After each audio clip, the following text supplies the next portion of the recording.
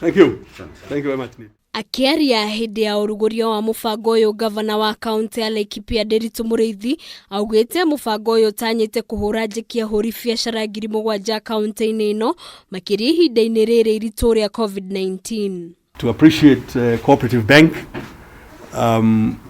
we have today signed a partnership to be able to extend 300 million shillings to cooperatives and to small businesses in Laikipia. Governor Nderitu nioritie ahuri biacara aria mateyandikithitie gwikinyia honge-ini cia bengi ya cooperative na kurumirira mitaratara iria fati kurumirirwo niguo kugunika na mubango uyu. Unahitajika ufanye nini?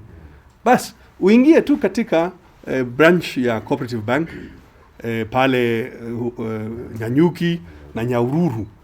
Alafu very simplified, yani imefanywa rahisi, na pia matako ambayo utaulizwa ni ya kawaida tu kwamba wewe ni biashara ambaye na unaoneshana biashara yako ile unayofanya. Oho nioritie Akenya guthii na mbere na kurumirira mitaratara iria heanitwo ni thirikari ya kwigita murimu ugwati wa COVID-19.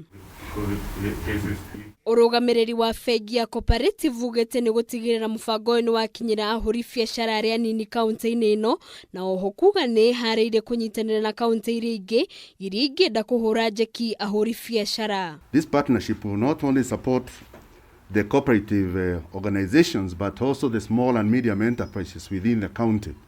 So Governor, the bank is committed.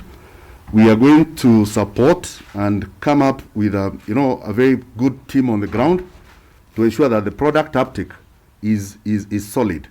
So basically we are going to extend the 300 million within this period, and we are looking forward that even by December this money shall be consumed by the economy of Laikipia. We have to start somewhere.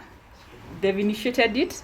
Any other county that comes on board will have open hands and capacity to serve them as well.